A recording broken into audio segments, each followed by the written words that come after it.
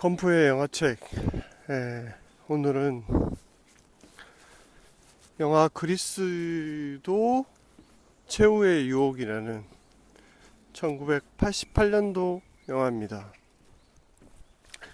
이게 약간 예수 그리스도에 대한 얘기인데, 그 그리스인 조르바를 썼던 카잔차키스의 책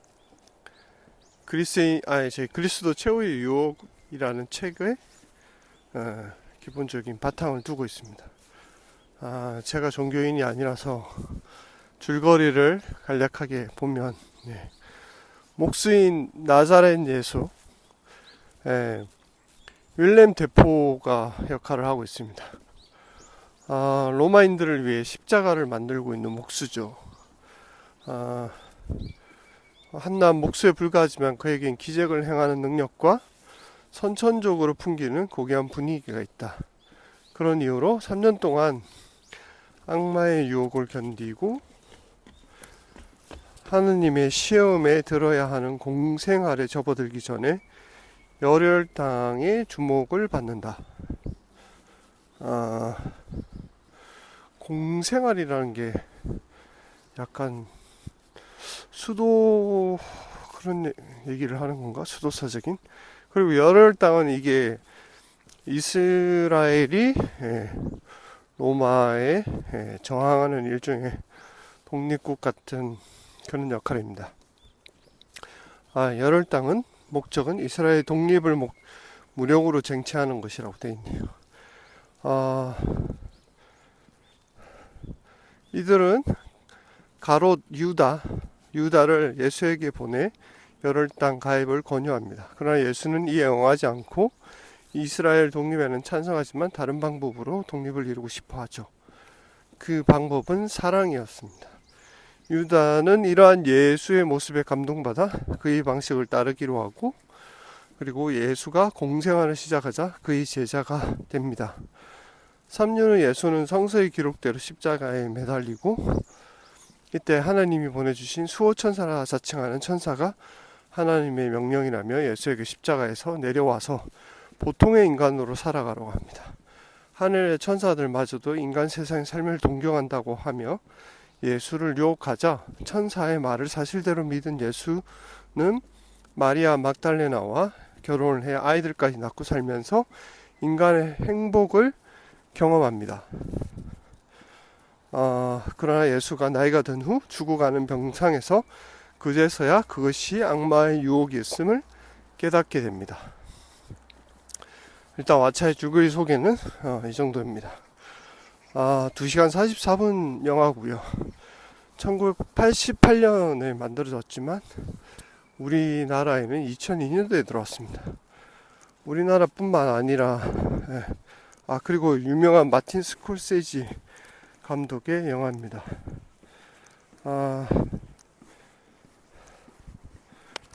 우리나라뿐만 아니라 전 세계에서 전 세계 종교 기독교인들한테 굉장히 핍박을 받았던 영화기도 합니다. 2시간 반 정도 되는 영화고요. 이게 원작이 이제 그리스인 조르바를 썼던 카잔차키스의 그리스 최후의 유혹이라는 책을 바탕으로 한 거라서 조금 다른 내용들이 있죠. 그래서 그 후반부에 예수가 십자가에 못 박혀서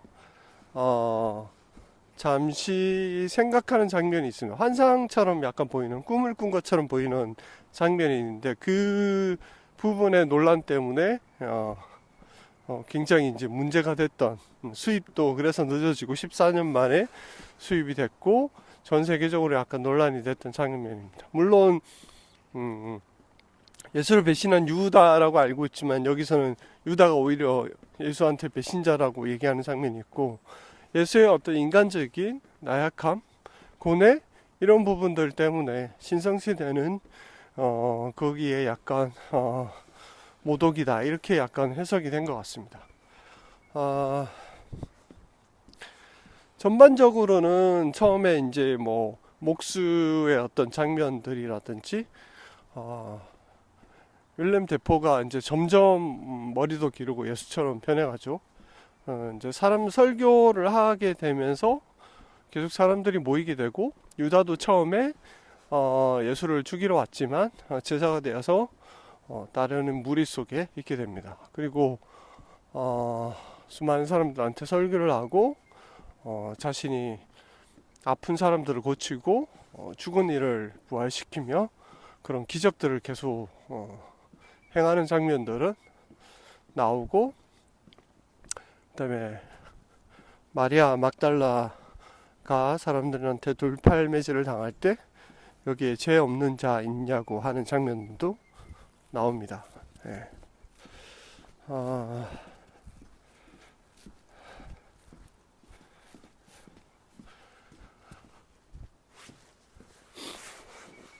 그런 장면도 나오고, 나사로가 죽은 동굴에서 살아 돌아오는 장면이 나오는데, 예, 그게 약간 행복한 나사로의 그 영화의 어떤 부활 장면, 그런 것처럼 짧게 나옵니다. 예.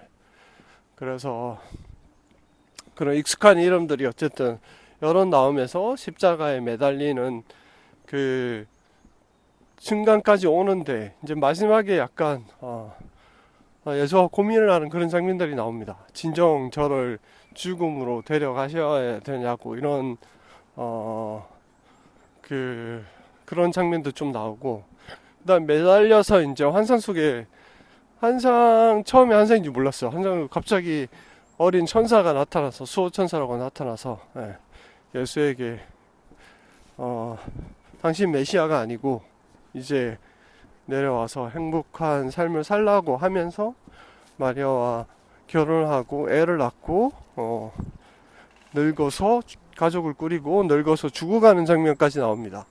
그때 갑자기 유다가 나타나서 당신은 배신자라고, 십자가에 못 박히기로 했고 나에게 그렇게 명령을 해놓고 그런 식으로 지금 삶을 살고 있냐고, 뭐 이런 장면들이 나옵니다.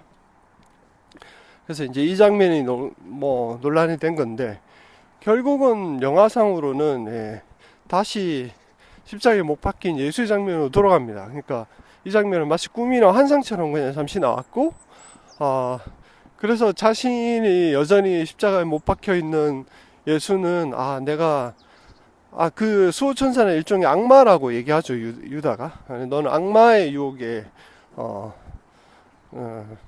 당한 거라고 약간 이렇게 얘기하고, 그래서 십자가에 박힌 예수는 자신의 모습이 여전한 걸 알고, 꿈이었구나, 환상이었구나, 내가 악마와 사탄의 어떤 유혹을 이겨냈구나, 이런 약간 안도의 한숨을 쉬고 약간 행복한 표정을 지으면서 숨을 거둡니다.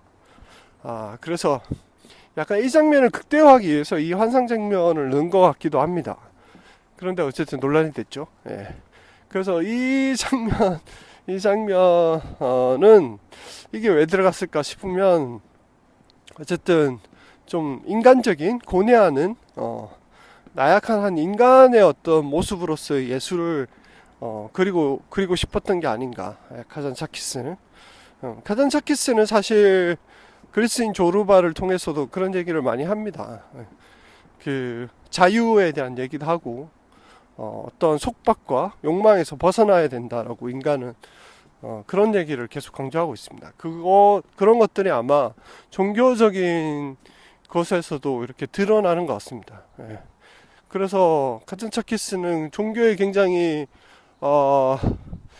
몰입을 했다? 약간 회의감을 가지고 있었고, 그래서 여러 나라를 여행하면서 그런 종교적인 거, 그 불교에도 약간 심취를 했고, 그래서 아마 이런 내용들이 좀 들어가지 않았는가. 결국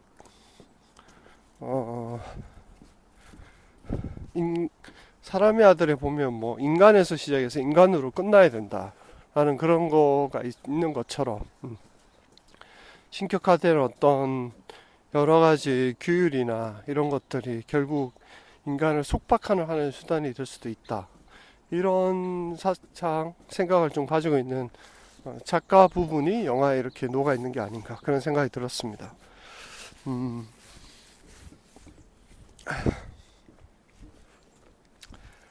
그래서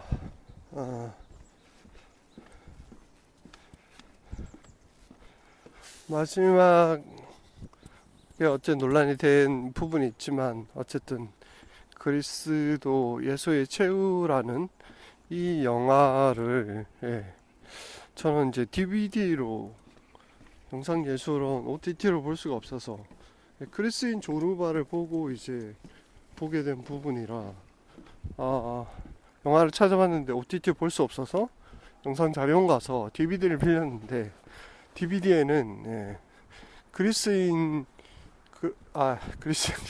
그리스도 최후의 유혹이 아니라 예수의 마지막 유혹이라고 제목이 박혀 있습니다. 근데 검색을 하면 대부분 그리스도 최후의 유혹이라고 나옵니다. 그래서 제목도 바꿨구나 이제. 뭐 한글로 번역한 걸 수도 있는데 DVD의 이름은 예수의 마지막 유혹이었습니다. 그래서 이 영화를 봤고요. 그래서 종교적인 약간의 좀 뭐 종교인은 아니지만 행복한 라자로라는 그 이탈리아 영화인가?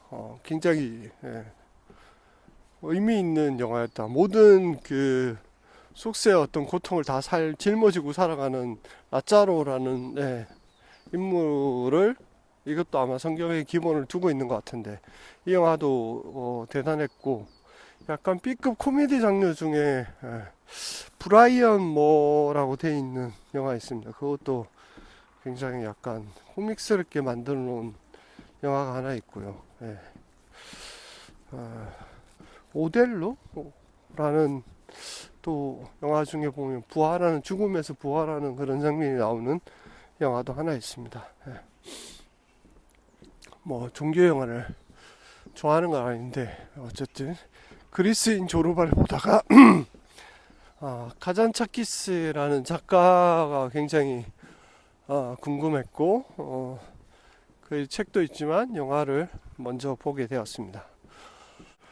그리스도 최후의 유혹에 대한 오늘은 제가 종교인이 아니라서 그리스도 최후의 유혹에 대한 사람들의 영화 평을 잠시 읽어보겠습니다.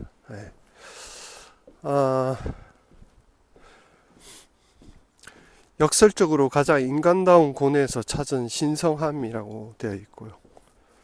종교를 떠나 믿음과 불신에 대한 이야기. 마틴 스콜세지는 분명히 성서 내용이 아닌 겸손하게 허구를 기반으로 믿거나 말거나라고 못 받고 시작했다.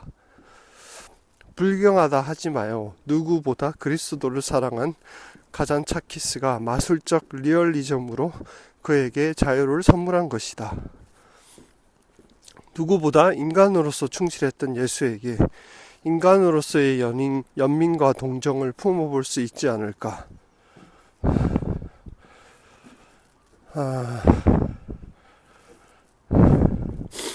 예수는 사랑을 말했지 죽음을 말하지 않았음을, 하나님은 유대인들만의 신이 아님을, 수많은 역경을 이겨내고 예수혼을 불태운 스콜세지에게 경의를 보낸다.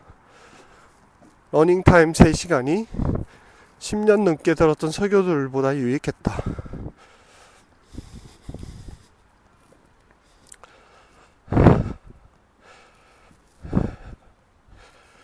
또다시 숱한 죄악을 범할 추악한 인간을 위해 희생하신 예수의 위대한 모습만을 접해왔는데, 이 영화는 예수님이 신의 아들이지만 육체를 가진 한 명의 인간이기도 하다는 것에 집중해 그의 나약함과 위대함을 동시에 보여주고 있다. 우리처럼 나약한 모습을 보이는 한 명의 인간이 신의 아들로,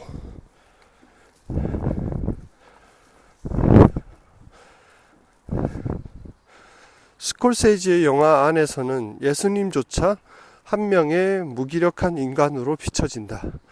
고뇌도 고통도 신이 아닌 인간이 감당할 때 의미가 있는 것이니 생각보다 매우 컬트적이다.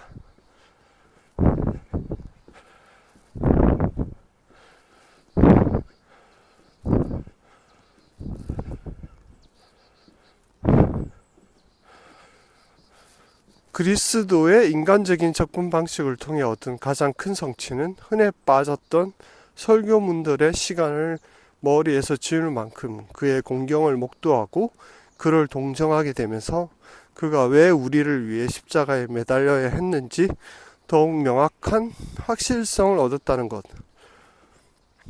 헐리우드 종교 서사시의 통속성을 거부한 스콜세지의 엄숙한 도전 정신.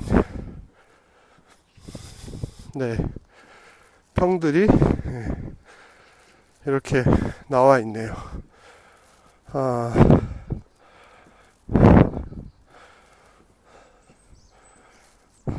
여기서 마치겠습니다. 안녕.